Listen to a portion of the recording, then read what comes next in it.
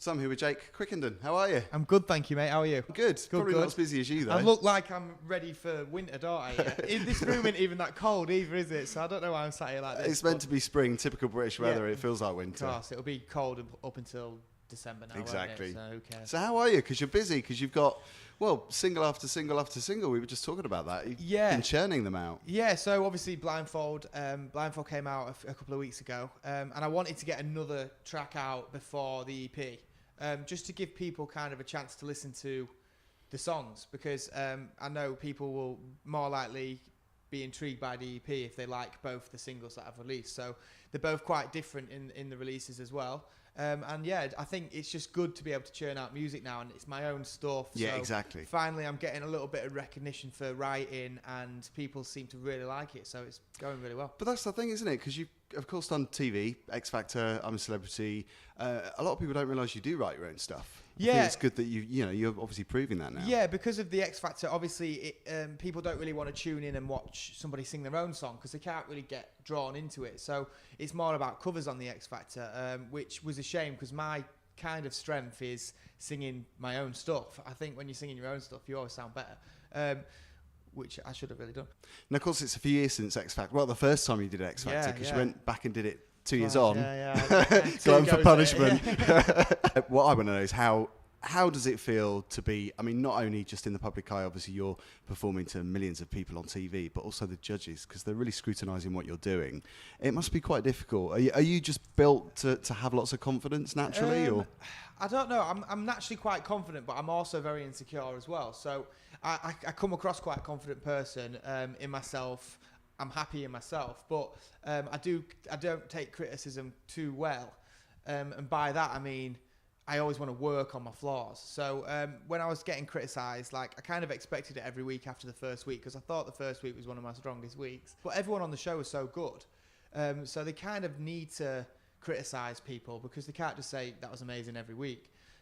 You found that with Andrea. He smashed his vocal every single week, but kind of when he didn't have anywhere else to go, he was just an unbelievable singer. So they criticise other parts of him, and I think they just criticise my voice and stuff like that. It wasn't very nice, but the support that I had on Twitter and the support I had on my Instagram kind of made me think I can still keep going with this. And I kind of thought, when I get out and I can show people what I can do writing wise and perform my own stuff, then hopefully if I did lose anyone along the way in X Factor and they thought he's pretty poor, I can get them back. But that's what's important, isn't it? Because you're pleasing your fans at the end of the day. You're not pleasing people that are just wanting to criticise you. Yeah.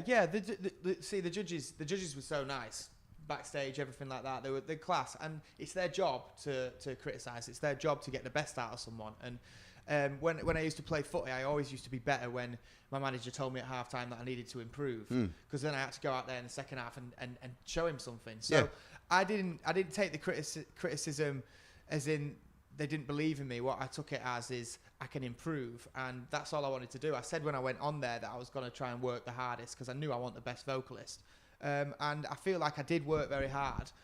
Maybe just didn't get the right song, and I didn't get to stay in there as long as I wanted to. But it all worked out anyway. I think that's what people forget. They forget that it's not always down to the performance or the artist. It's down to the timing or the choice of songs. So it's, I think the songs I got were good, but there wasn't me. So if I could have sang something with my guitar or something a bit slower and a bit more meaningful that I could relate to a bit more, then I think I'd have come across better. But yeah, like I said, everything happens for a reason, doesn't it? Yeah, exactly. You don't regret going back and doing it again second time? Not at all. I wanted to prove that I could make that live show, and I did it. And you're in the boys category with Rylan, who, of course, went on to be a successful TV presenter, and you've done the TV presenting thing as well. In hindsight, when you look back, did you think it was going to be as difficult, or is it easier than you thought doing that kind of work? You know what? I've always been quite a chatty person anyway, and I quite like talking to the cameras, and I quite like being on the spot. So I've always been a good talker. So the presenting kind of comes quite natural. But I just want to keep learning, and I want to get better at everything that I do. Like, I'll always keep writing and trying to improve my songs and my voice and my presenting, and I want to get into acting. People might say, oh, he's just trying to do a bit of everything, but I don't see there's anything wrong in that. If you want to improve yourself, then just keep doing it. Do you know what I mean? So the new material, do you feel like all your experiences so far in TV and doing I'm a Celebrity and everything else, is that part of the songs that you're writing? Is it part of the experience? I actually had most of the songs back catalogued, and they're about meaningful stuff, and I write about what I'm going through in my life, or what a mate's probably told me about a breakup that he's gone through, or something like that. So I write songs that people can hopefully relate to and listen to the lyrics. I think for me it's about lyrics and it's about the songwriting, and when you write your own song, you write it as the way you want to sing it. So there isn't any massive notes in there that I can't maybe reach, like on the X Factor, because I've written the song. So it's just personal experiences that I write about. It's not, I think just the TV, presenting the TV works kind of got me more ready for stuff like this, rather than the writing and singing. Sure. Was Celebrity really hard? Nah, I loved it. Was it a walk in the park for you? Yeah, to be honest, I don't want that to come across as big-headed, but it was just easy. I just laid in a hammock for 3 weeks, did a few trials that I love to do because I love testing myself, and I got to meet some great people, and yeah, like I said, just lost a bit of weight. That's crazy. And the food as well, like kangaroo's testicles and all of the... Luckily, I didn't have to eat anything really that bad. I put pig's testicles in my mouth. Yeah. They actually tasted quite good. They was right, like a pickled onion, mate. And it was like vinegar. So I wasn't too bothered about that. And like I said, like the trials was what I went in there for. I went in there to do the trials because I used to sit at home like everyone does with your pizza and go, I could eat that cockroach, or I could eat that kangaroo penis. But when you get in there, you got to do it. There's no shying away from it. And I'm sat there with my mates watching it the year before going, I'd easy do that. So would you say it's like built to be more dramatic than it actually is when you experience it? I guess it's down to everybody, isn't it? I think it's down to who you Different are. people, like, yeah. A lot of people would probably struggle with some of the trials. Like I had the live trial where I had to have a massive snake around my shoulders, but I used to have pet snakes, so that didn't bother me at all. What you're used Whereas to. if it's somebody that's petrified of snakes, they're obviously going to not want to do that. Do you know what I mean? Yeah. So luckily I only had one spider challenge, and spider was they were my phobia. So when you're watching all the contestants since you've been on it every year since then, do you feel for them, or do you think that they're over-exaggerating? I did this year. I felt for Fern when she had to eat the spider. Yeah. And honestly, I couldn't have done that. I hate touching spiders, let alone putting one in my mouth while it's alive and then eating it. Could not have done it. But yeah, I think you kind of sympathise with the fact that they're there in a jungle in a tight space and they're probably bored and they're hungry, and it gives you that knowledge of what it's actually like. Do you know what I mean? And people say, "Oh, do you ever get like a KFC sneaked in?" Nah, no, nothing. You're in there, you're eating your rice and beans. Yeah. If you don't win your meals, you ain't eating. Well, that's good to hear, because of course, with it being a TV program and quite glamorous, in the settings and stuff, you do kind of think, you feel a bit cynical. Well, a few times cynical. when the bag was coming down, I had my fingers crossed thinking it was going to be a McDonald's. Yeah. But it never was. It was like crocodile feet. And I was like, wishful thinking. God, here we go again. But yeah, it is 100% real. Can we talk about your Blindfold single? Because I know that you're no stranger to getting your kit off. Yeah. And obviously a lot of gay men, they're fans of yours for that reason, as well as your music, obviously. Thank you. Are you aware of that? Are you aware of your following? You must get tweets from guys as well as girls. You know what? I love it. I love any support, any kind of support. And I think we're in a day and age now, it don't matter. It don't matter if you're gay, it don't matter if you're straight, if you're trans, if you're lesbian, it does not matter. You're still a person. You have your right, you have your opinion. And I love it.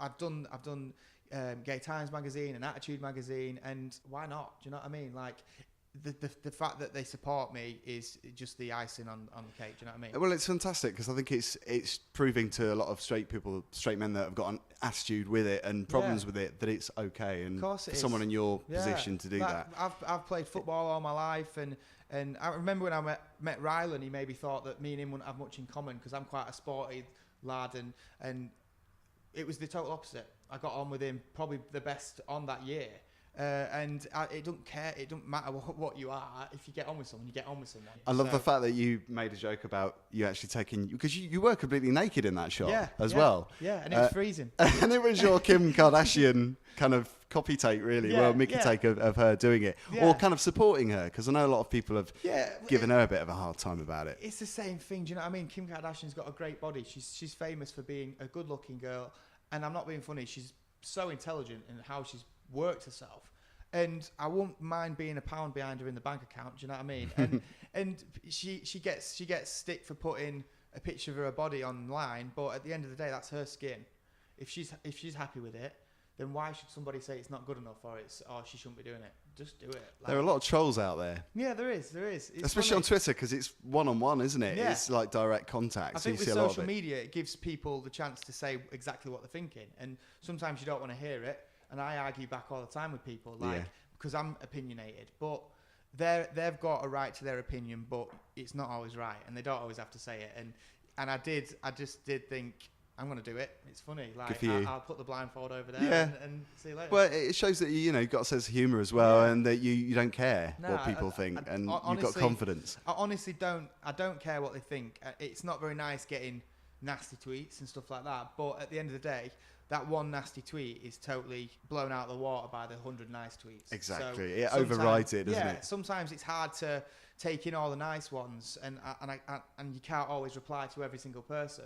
And so when I reply to the one bad one, it might seem like I don't appreciate that support from the good ones, but it's not. It's just the fact that I'm so appreciative of the nice ones that if I don't agree with one of the nasty ones, then maybe I'll stand up for myself. And Sharon Osbourne did a take of it as well. Yeah, she did. Good on her. Got her kit off. So what are you watching? What are you listening to? Have you been to the movies recently? What have I watched? I did go to the cinema not too long back, actually. What did I watch?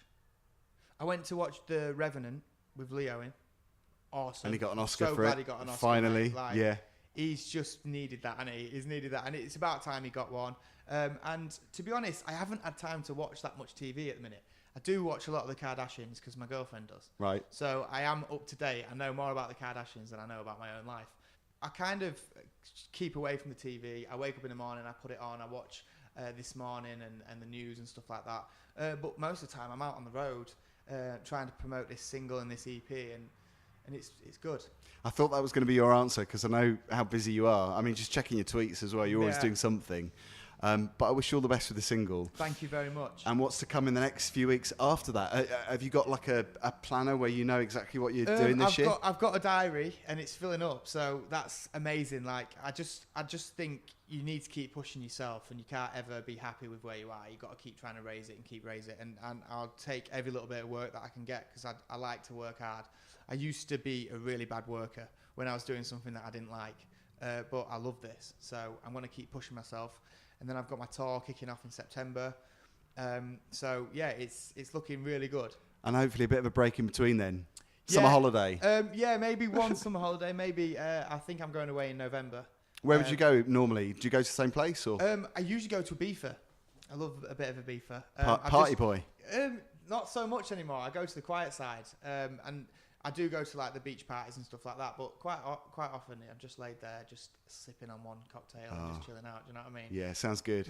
I just got back from skiing. That was great. My first time skiing. And I'm off to Barbados in November with family and friends. So should be good. Enjoy it, and good luck with the single. It's good to meet you today. Thank you very much. All the best. For having me.